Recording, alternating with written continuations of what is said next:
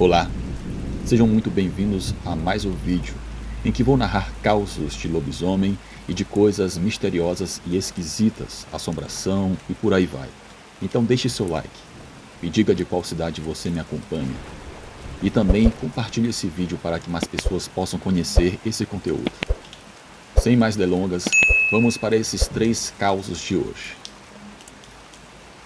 A poeira levantada pela picape ainda pairava no ar quando reconheci o veículo. Emília tinha ido 21 dias antes para Itaobim, onde uma prima ofereceu um trabalho numa pensão. O dinheiro estava curto depois da seca que arruinou a plantação, e Paulo, nosso filho de 9 anos na época, precisava de material escolar novo. O combinado era voltar todo sábado. Isso não aconteceu. 2 ligações. A primeira trouxe sua voz normal, só cansada, de quem trabalha duro. A segunda, uma semana depois, foi curta demais. Palavras soltas sobre a prima precisando dela por mais tempo. A linha caiu antes que eu perguntasse mais algo. As minhas tentativas de ligar não deram resultado, pois ela nunca atendia. Aquela tarde de sábado, trouxe uma mulher irreconhecível. Seus movimentos haviam perdido a vida de antes. Cada passo parecia difícil, como se tivesse que forçar as pernas para andarem. Os ossos do rosto estavam mais marcados. Olheiras profundas e o cabelo que sempre arrumava agora estava desalinhado e quebradiço. Nenhum sinal de alegria ao me ver. Apenas um aceno mecânico antes de entrar em casa sem falar nada. Paulo correu na direção dela, mas parou no meio do caminho. A criança percebeu a mudança antes mesmo que eu entendesse o que estava errado. O resto daquele dia, ela ficou trancada no quarto. Reclamou de dor de cabeça, recusou comida, evitou conversas. Quando fui dormir, ela já estava na cama ou fingia estar, virada para a parede, respirando de um jeito controlado demais. Observei suas costas por um tempo, tentando entender a transformação. O domingo amanheceu com ela acordada antes de todos. Desci e a encontrei na cozinha, parada diante da janela. O fogão estava frio, nenhum café foi feito, apenas ela sentada com as mãos no colo, olhando para o quintal vazio. Minha pergunta sobre como ela estava demorou a ser entendida. A resposta veio áspera, como se sua voz estivesse com resfriado. Ela disse que estava bem e só cansada, mas os seus olhos piscavam de um jeito estranho. Ela ficou mais uns 4 dias. Itaobim não foi mais mencionada. A pensão e a prima sumiram de suas conversas. As horas passavam com ela alternando entre sono profundo e vigílias silenciosas. De madrugada eu acordava e o lado da cama estava vazio. Ela estava na sala, perto da porta, encarando a escuridão. Numa dessas vezes eu perguntei o que ela estava fazendo. Sua cabeça virou na minha direção com uma lentidão não natural, como se tivesse esquecido que eu existia. Disse que estava só observando. Observando o quê? Eu perguntei. Mas ela não respondeu. Paulo começou a se afastar, não de propósito, mas era claro. Ele parava de brincar quando ela entrava no cômodo. Certa tarde, ela chamou seu nome. O menino hesitou. Ela repetiu mais alto e dessa vez algo no tom dela estava errado. Mais grave. Paulo foi até ela, mas manteve distância. Uns 2 metros.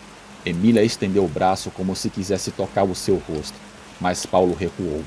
A mão dela ficou no ar por um tempo antes de cair, e ela saiu do cômodo sem dizer nada. Naquela noite eu tentei conversar, disse que precisávamos falar sobre o que estava acontecendo, que sua condição exigia cuidados, que eu estava preocupado. Ela me olhou com um certo desdém, como se não ligasse para aquilo, como se eu fosse um estranho para ela. Por fim, ela disse que não havia problema algum, que minha preocupação era besteira. Mas enquanto ela falava, seu olhar estava fixo em algo atrás de mim, e a certeza de que sua mente estava ausente se tornou inegável. Uma quinta-feira trouxe seu segundo desaparecimento. Eu acordei no meio da noite e o espaço ao lado da minha cama estava vazio. A casa inteira estava vazia. A picape ainda estava lá. Eu revirei tudo. Gritei o seu nome e nada. Eu fui até a estrada. Eu andei quase 1 quilômetro, sob a lua cheia, chamando por ela. Nenhuma resposta. Voltei para casa tremendo sem saber o que fazer. O Paulo estava acordado sentado na cama com os olhos vermelhos de sono. Ela não voltou naquela noite, nem na seguinte. Foi no sábado de manhã que eu encontrei uma carta. Estava sobre a mesa da cozinha, dobrada ao meio sem envelope. A letra era dela, mas deformada e desigual, como se fosse escrita com pressa ou com a mão tremendo. Dizia apenas que ela tinha ido embora, que não podia ficar, que essa era a melhor decisão. E no final uma frase que gelou a minha espinha. Não me siga, você não vai entender. Mas junto à carta havia algo mais que não fazia sentido. Um mapa desenhado à mão, com linhas finas de lápis. Mostrava a estrada que saía da cidade, cruzava a velha ponte sobre o Jequitinhonha, seguia por um caminho de terra até uma marca em X. Embaixo estava escrito com letras pequenas, Povoado Jacuri. O nome não me era familiar. Eu mostrei a carta ao vizinho, o seu Osmar, que morava na região há mais de 50 anos. Ele leu em silêncio, depois olhou para o mapa e empalideceu. Disse que conhecia Jacuri, ou melhor, conhecia a história.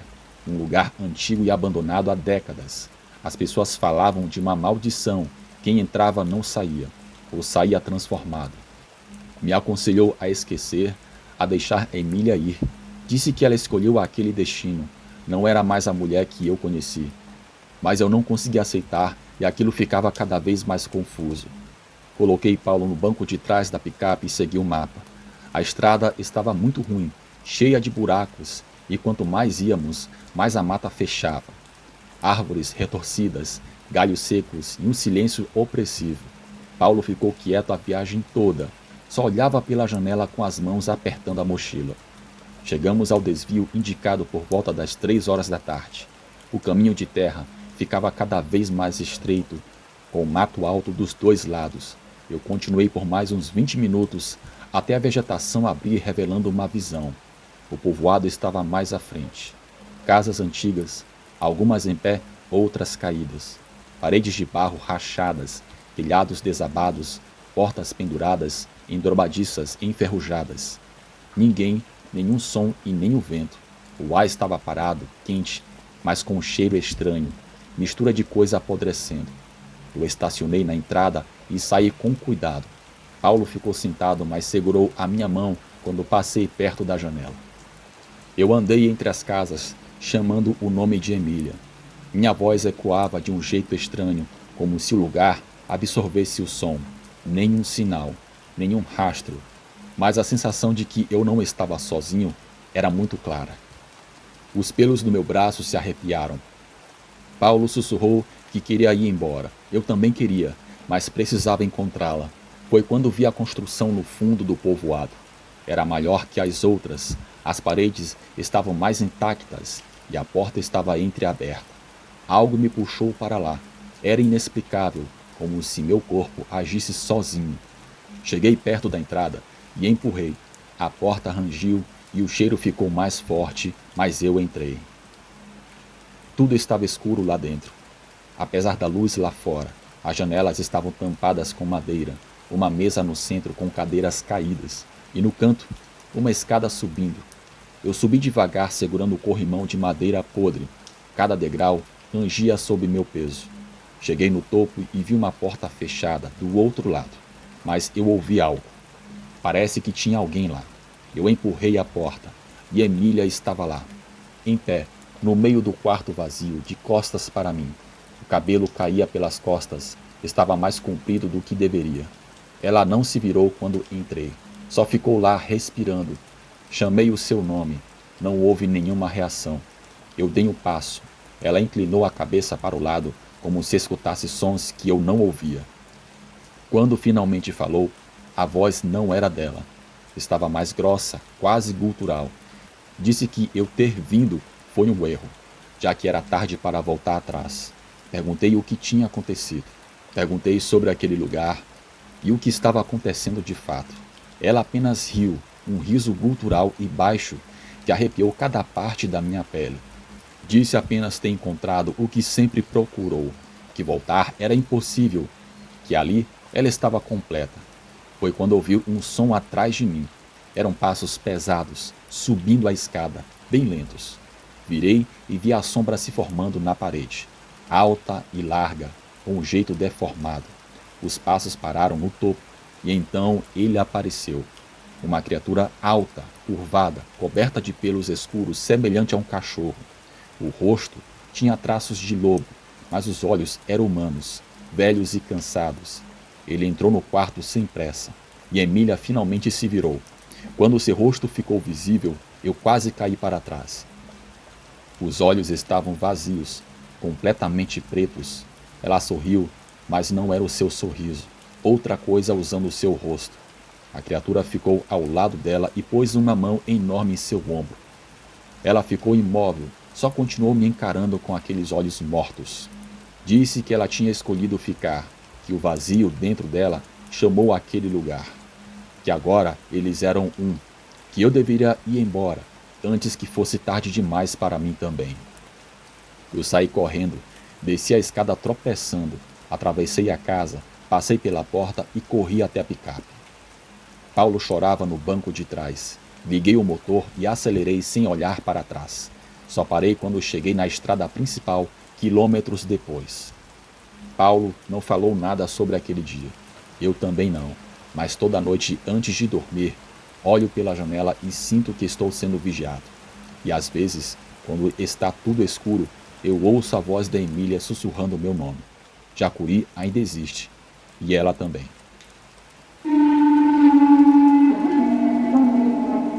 Eu estava viajando naquele dia. O volante estava suado sob minhas mãos quando vi a placa desgastada, que dizia o seguinte: Distrito de São Bento, a 8 quilômetros. O relógio do carro marcava 6 horas da tarde, em uma sexta-feira de setembro, e a luz do dia ia embora rápido, me deixando desconfortável. Aquela rota não estava no meu plano. 3 quilômetros adiante, o GPS travou, me forçando a pegar estradas secundárias que me trouxeram à região esquecida. Nenhum sinal de celular, o rádio só pegava chiado. Foi então que a casa apareceu. Cerca de 50 metros dentro de um terreno abandonado, cercada por mato alto que balançava sem motivo. A construção tinha tijolos à vista, aberturas sem vidro e uma porta principal torta. Mas o que me fez parar foi a cruz de madeira na frente. Flores secas armadas nela. Velas queimadas, muitas velas. Desliguei o carro por impulso. Só queria usar o banheiro e talvez pedir informações para voltar. Inocência achar que alguém morava naquela casa. Mas eu saí do carro. Algo me chamou a atenção. Estava tudo silêncio. Não havia som de inseto, pássaros, absolutamente nada. Só aquele vento morno vindo de algum lugar sombrio. Eu andei até a cerca de arame enferrujado. A ferrugem estava tão forte que o arame se rompeu com um toque. Então eu passei. A vegetação estava molhada, encharcada, mesmo sem ter chovido. Meu sapato afundava na lama fria. Quanto mais perto da casa, mais pesado o ar ficava. Daquele tipo que aperta o peito e faz a gente respirar pela boca. A porta da frente estava entreaberta. Empurrei devagar. O rangido era esperado. O cheiro dentro era de mofo, madeira podre e algo doce que eu não sabia o que era. Liguei a lanterna do celular. A luz cortou a escuridão, mostrando uma sala quase vazia. Havia uma cadeira caída, cacos de vidro no chão, manchas escuras na parede que pareciam sangue seco. Ou podia ser umidade. Eu preferi acreditar na segunda opção. Foi quando eu vi um altar. Estava encostado na parede do fundo. Uma mesinha de madeira coberta por um pano vermelho rasgado. Em cima, havia velas derretidas e um crucifixo de metal e uma imagem de santo, mas a cabeça estava no chão, separada do corpo. A estátua estava em pé, com o pescoço quebrado e a cabeça ao lado, com os olhos de gesso virados para cima. Não tenho uma explicação lógica para o que eu fiz depois. Talvez respeito, talvez porque a minha avó sempre dizia que profanar algo sagrado traz azar. Peguei a cabeça com cuidado. Estava gelada, como se estivesse na geladeira. Coloquei de volta no corpo. O encaixe não era perfeito, mas ficou. E então tudo mudou. O ar ficou mais pesado de repente e mais frio, como se todas as aberturas tivessem sido fechadas. A minha respiração começou a fazer vapor, apesar do calor. Ouvi um barulho vindo de cima, do teto, como se alguém andasse no andar de cima. Mas a casa não tinha andar de cima. Olhei para o teto. Estava rachado com pedaços de reboco caindo. E então eu vi. Havia uma sombra, movendo-se devagar pela fenda entre as tábuas. Dei um passo para trás. O meu coração batia tão forte que eu sentia na minha garganta. A sombra parou, ficou imóvel bem acima de mim, como se olhasse através do teto. E então desceu, não literalmente, mas foi como se escorresse pela parede, ganhando forma e ganhando volume. Meus olhos não focavam direito. Era uma mancha escura, sem forma definida, que se movia como fumaça, mas com intenção. Eu saí da sala, rápido. O meu pé bateu numa garrafa que rolou e quebrou. O som ecoou pela casa toda. E então ouvi outra coisa. Passos. Não eram passos, era mais como um arrasto, ou como se alguém estivesse sendo puxado pelo chão. O som vinha do corredor à minha direita. Apontei a lanterna. Não havia nada. Só um corredor estreito com portas fechadas dos dois lados. Mas o som continuava, cada vez mais perto. A minha mão tremia tanto que a luz balançava. Dei mais alguns passos para trás, tentando enxergar a porta da frente. Foi quando eu vi uma silhueta. Estava no canto da sala, parada. Era uma forma de pessoa, mas estranha ao mesmo tempo. Muito magra, com os braços muito longos, desproporcionais. A cabeça estava inclinada em um ângulo impossível e estava me olhando. Eu sentia, mesmo sem ver os olhos, senti o peso daquele olhar fixo em mim. Minha espinha congelou, minhas pernas fraquejaram. Mantive os olhos abertos. Se piscasse, eu tinha certeza que aquilo sumiria, ou pior, que se aproximaria. Continuei andando de costas, devagar, sem tirar os olhos daquela coisa. Ela ficou imóvel. Permaneceu ali parada, com aquela postura impossível, como se esperasse alguma coisa. Por sorte, a minha mão encontrou a porta. Eu empurrei, mas para o meu azar, ela estava trancada. Tentei de novo, mas a mesma resistência. Eu olhei rapidamente para trás. A porta tinha fechado sozinha e a tranca estava do lado de dentro. Quando olhei de novo para a sala, a silhueta não estava mais no canto. Estava mais perto, uns 3 metros, parada no meio da sala, sem ter se mexido. Simplesmente apareceu mais perto. Meu corpo inteiro tremeu. Tentei falar, mas a minha garganta não saía nenhum som. Só um gemido abafado. A lanterna do celular piscou umas 2 vezes e se apagou. Eu fiquei totalmente no escuro com aquela coisa. Ouvi sua respiração, era rouca, úmida, como se tivesse líquido nos pulmões. E estava se aproximando. Eu conseguia sentir. Não eram passos, era um deslize como se flutuasse. Mas mesmo assim o chão rangia. Apertei a tela do meu celular desesperado. A luz voltou e ele estava a 1 metro. O rosto era sem pele, só músculo exposto. Os olhos eram 2 buracos. A boca estava aberta, mas sem língua, só com a escuridão. Eu consegui me virar, puxei a tranca com tanta força que quase arranquei a madeira. A porta cedeu e eu corri sem olhar para trás. Atravessei o mato, pulei a cerca, entrei no carro. A minha mão tremia tanto que demorei para colocar a chave. Liguei o motor, dei ré e acelerei. Eu não olhei pelo retrovisor, não quis nem saber se algo estava me seguindo. Dirigi por meia hora até chegar em uma estrada conhecida. Parei em um posto de gasolina. Eu entrei no banheiro e comecei a vomitar. Ao lavar o rosto, eu vi no espelho. Minha camiseta estava rasgada nas costas. 3 cortes, paralelos como arranhões. Mas ninguém tinha me tocado. 2 dias depois, eu voltei. Eu sei que pode parecer loucura. Talvez para confirmar que era coisa da minha cabeça. Talvez porque aquela imagem não saía da minha mente. Eu fui de dia e com um amigo. A casa ainda estava lá. Entramos juntos.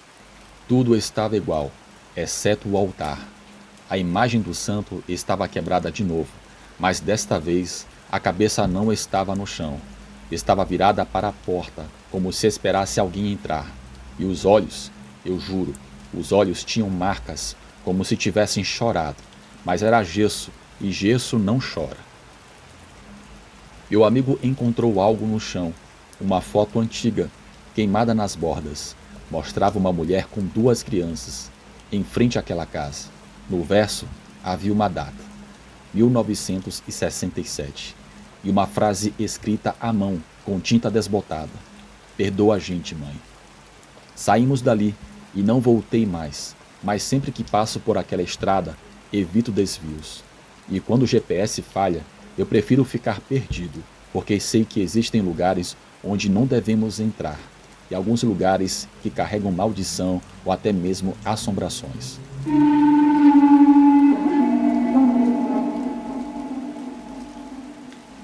Olá, Bruno. Eu cresci no interior de Minas Gerais, em uma cidade onde todos se conhecem e onde as casas ainda têm laje em cima. A minha era assim. Tinha uma escada de ferro que subia direto para o topo e a gente usava para estender roupa, guardar coisas velhas e, nas noites de calor, levar o colchão para dormir olhando as estrelas. Isso era normal, ninguém achava estranho. No verão, quando o calor era insuportável e o ventilador só jogava ar quente, subir para a laje era a única solução. Minha mãe deixava desde que a gente passasse repelente e não fizesse barulho depois das 10. Meu irmão Davi tinha 17 anos na época, eu tinha 15. A gente não conversava muito, mas naquelas noites na laje, longe da mãe e da TV, a gente falava eguagem, contava piada ou ficava em silêncio vendo as estrelas cadentes. Foi numa dessas noites que tivemos a experiência mais assombrosa de nossas vidas. Era fevereiro, eu acho. O calor estava insuportável. Mesmo de madrugada, o ar parecia úmido. Subimos com 2 colchões finos, um lençol velho, cada um, e uma garrafa de água que esquentou rápido. Deitamos cada um no seu canto. Davi perto da beirada, eu mais no meio com medo de cair. Atrás de casa tinha uma mata fechada. Não era grande, mas era densa. Tinha árvores frutíferas, cipó e bichos. A gente ouvia cachorro do mato às vezes, e uma vez apareceu uma jiboia no quintal da vizinha. Mas era só mato e nada mais. A gente estava quase dormindo quando ouviu o barulho. Era um farfalhar, como se alguém pisasse em folhas secas com cuidado, tentando não fazer barulho, mas fazia. Achei que fosse um cachorro. Davi nem ligou, virou de lado e ficou quieto.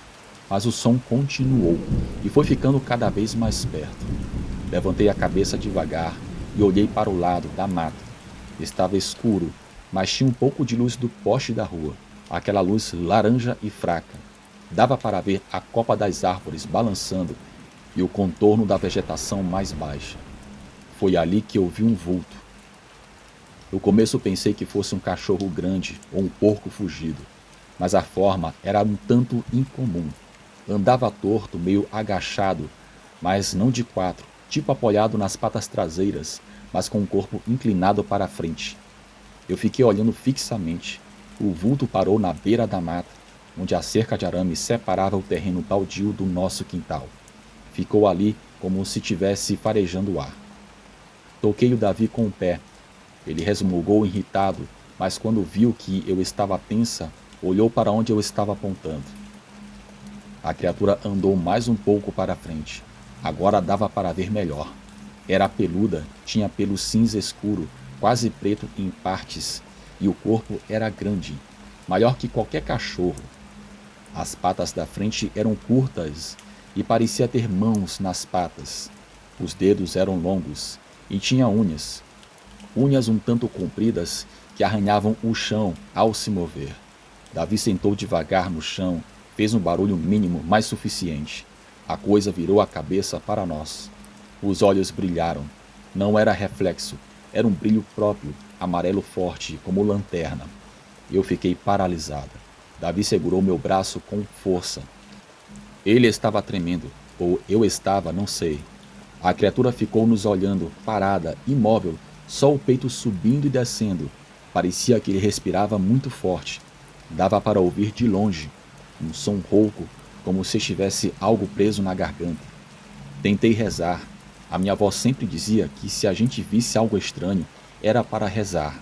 Mas a oração não saiu, Eu só fiquei repetindo: Jesus, Jesus, Jesus, na minha mente sem som. Davi apertou meu braço ainda mais. Ele sussurrou baixinho, quase sem voz, que a gente precisava descer. Mas nenhum de nós se moveu. A criatura deu um passo à frente, depois outro. Estava vindo devagar, nos avaliando, como se quisesse saber se éramos presa ou perigo. Quando chegou mais perto da cerca, a luz do porte iluminou melhor. E então eu vi um focinho alongado. Era comprido como de cachorro, mas ao mesmo tempo lembrava um de um porco. Tinha dentes à mostra, grandes e curvados.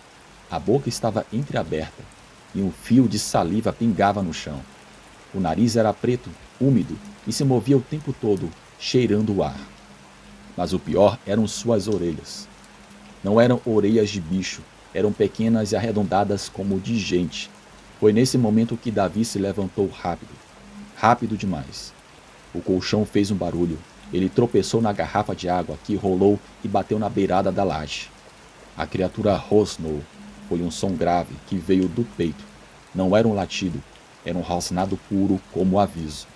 Davi me puxou pela mão e a gente correu para a escada. Descemos tropeçando. Bati o joelho no degrau de ferro, mas nem senti, eu só desci rápido. Davi entrou primeiro, puxou a porta de vidro com força e trancou. A gente ficou lá dentro, no corredor, ofegante, olhando um para o outro. A minha mãe apareceu de camisola irritada, perguntando o que era. Davi não respondeu. Eu só disse que tinha visto um bicho. Ela revirou os olhos, disse que a gente era muito medroso e voltou para o quarto. Mas a gente sabia. Naquela noite nem pensamos em voltar para a laje. Davi dormiu no sofá, eu no chão da sala com um cobertor fino. Nenhum de nós dormiu de verdade. Só ficamos ouvindo, esperando algum barulho, algum arranhar na porta, algum rosnado lá fora. Mas nada aconteceu. No dia seguinte fomos olhar a cerca. Tinha marcas no chão, pegadas grandes, com dedos separados e arranhões no muro, como se algo tivesse tentado subir, mas desistido. Davi tirou uma foto com o celular, mostrou para um primo, que riu e disse que era um cachorro. Mostrou para o pai de um amigo, que trabalhava no matadouro, e ele ficou quieto. Olhou para a foto, depois olhou para a gente e só disse que era melhor não sair de noite sozinho. Não contamos para muita gente, somente para o meu pai e para a minha mãe, porque sabíamos como iam reagir. Iam rir ou achar que a gente inventou. Mas a verdade é que depois daquela noite, nunca mais subimos na laje para dormir. Mesmo quando o calor voltou, mesmo quando os meus pais perguntavam por que a gente não subia mais. Nós inventávamos desculpas. Davi dizia que preferia o ventilador. Eu dizia que tinha medo de cair. Mas a verdade é que nenhum de nós queria arriscar ver aquilo de novo. Conversei com a minha avó semanas depois. Ela morava na roça, em um sítio longe da cidade. Eu fui visitá-la em um domingo e acabei contando. Não falei que era o Davi ou eu.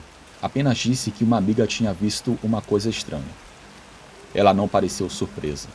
Disse que era lobisomem e que sempre existiu por ali. Que quando era jovem, conheceu um homem que sumia toda lua cheia e só voltava no dia seguinte com roupa rasgada e sangue nas unhas. Ninguém falava abertamente, mas todos sabiam. Ele morava sozinho em um casebre afastado e ninguém passava por lá de noite. Perguntei se era verdade que o sétimo filho homem virava lobisomem. Ela balançou a cabeça e disse que isso era história antiga. Disse que tem várias formas. Alguns nascem assim por maldição de família, outros fazem pacto. Tem gente que reza errado de propósito, pedindo força e acaba recebendo a transformação como resposta. A minha avó olhou para mim com aquele jeito sério dela, quando queria que a gente prestasse atenção. Disse que o pior lobisomem não é o que nasce assim, é o que escolhe, o chamado lobisomem de reza. Porque quem escolhe, escolhe por fome, por raiva ou por vingança. Ou porque quer ser mais forte que os outros. E esse tipo de transformação não tem cura. Perguntei como a gente sabe a diferença. Ela disse que não sabe, que ninguém sabe, só o próprio lobisomem sabe o que é. Eu fiquei pensando nisso.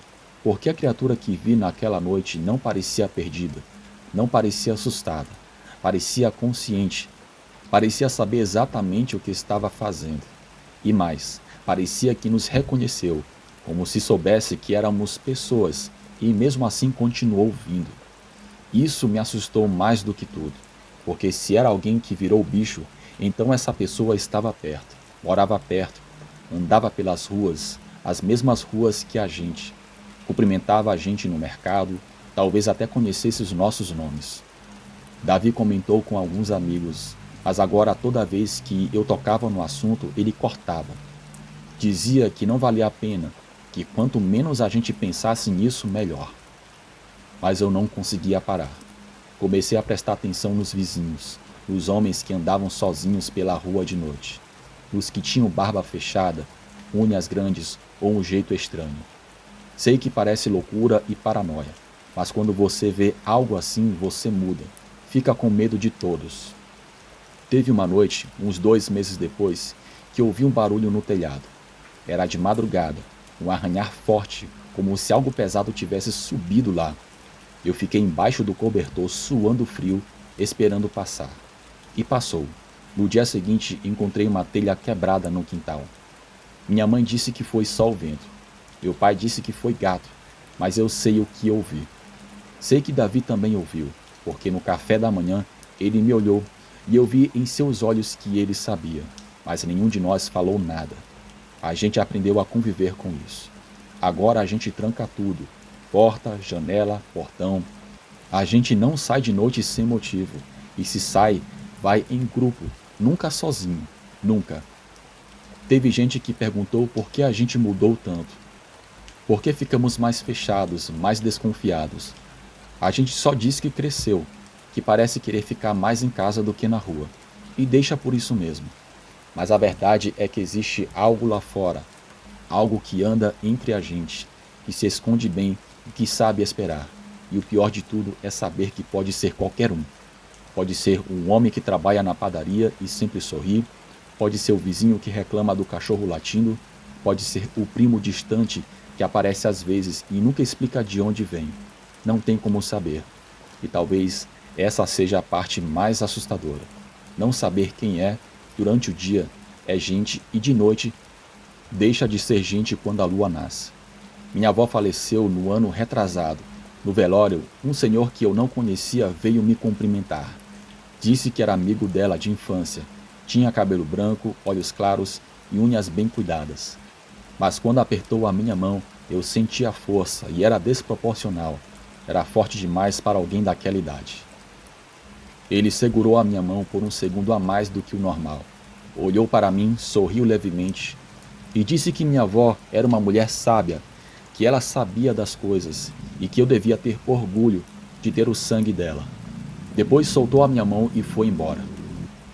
Nunca mais eu o vi. Não sei se era um velho esquisito ou se era outra coisa, mas sei que às vezes, quando eu estou andando sozinha pela rua, eu sinto que tem alguém me observando. Não vejo nada, não ouço nada, mas eu sinto. E toda vez que isso acontece, eu lembro daquela noite na laje.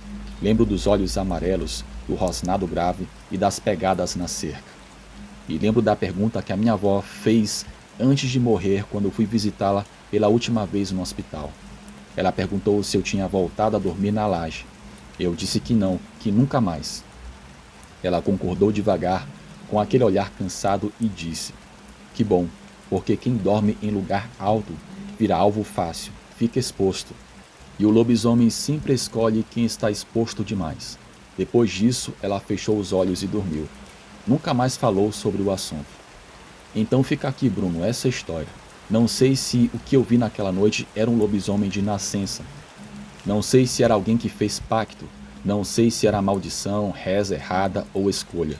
Só sei que eu vi, que Davi também viu, e que aquilo era real. E se você mora em lugar onde tem mata perto, onde tem silêncio à noite, onde tem gente que some sem explicação e volta diferente, preste atenção, porque pode ser que a lenda não seja só lenda assim. Pode ser que o monstro esteja mais perto do que você imagina, e pode ser que ele já tenha te visto também. Boa madrugada. É isso aí, galera. muito obrigado por escutar esses causos assombrados de hoje. Muito obrigado a você que envia a sua história, o seu caso assombrado, para que eu possa narrar aqui no canal.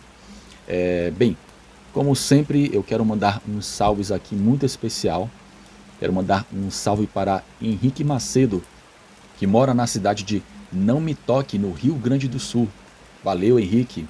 Um abraço também para Ana Paula, em Antagorda, também no Rio Grande do Sul. Um abraço carinhoso também para a Aline, que está na cidade de Fruta de Leite, em Minas Gerais. Quero mandar um abraço também para o meu xará, o Bruno, que está na cidade de Serra da Saudade, em Minas Gerais. Um abraço para todos aí na cidade de Serra da Saudade. Muito obrigado pela sua audiência. Um abraço também para Fernanda Cantanhede, que está na cidade de Anhanguera, em Goiás. Muito obrigado pela sua audiência, Fernanda. Um abraço para Camila, que está em Araguaína, no Mato Grosso. Muito obrigado, Camila, pela sua audiência. Um abraço também para a Vanessa, que está na cidade de Nova Castilho, em São Paulo. Obrigado, Vanessa, pela sua audiência. Um abraço também para Maria Andina. Acho que é assim que se pronuncia, Maria Andina. Não sei se está correto, perdão se eu estiver pronunciando errado, mas é o que está escrito aqui no comentário. Ela manda um salve para mim de São Paulo, capital. Muito obrigado, um salve para todos aí de São Paulo, capital.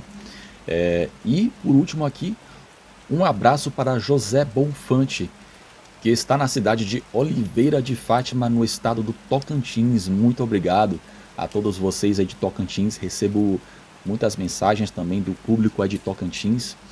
E, bom, se você quer que eu mande um salve para você, é muito fácil. É só deixar nos comentários agora o seu nome e o nome da sua cidade. Pode ser que o seu nome e o nome da sua cidade sejam mencionados aqui em um vídeo, para que eu possa mandar um salve e um abraço para vocês, ok? Se eu não conseguir devido a muitos comentários, eu vou fazer esforço pelo menos para deixar um like e um coraçãozinho, beleza? Então, galera, sem enrolar muito, é isso aí, obrigado, tá? Vou deixar com vocês aqui a playlist que vai aparecer na sua tela, em que você pode continuar maratonando aqui os causos assombrados de lobisomem, mula sem cabeça, folclore brasileiro do canal. Vai aparecer na sua tela agora. Também convido você a conhecer o canal Cangaço Assombrado do Juca Bulhu, em que ele se dedica a narrar causos referente a folclore brasileiro, lendas, lobisomens, na mesma pegada que daqui do canal, beleza? Então vou estar deixando o link dele na descrição desse vídeo e também no comentário fixado. Sem mais delongas, obrigado, valeu e até a próxima.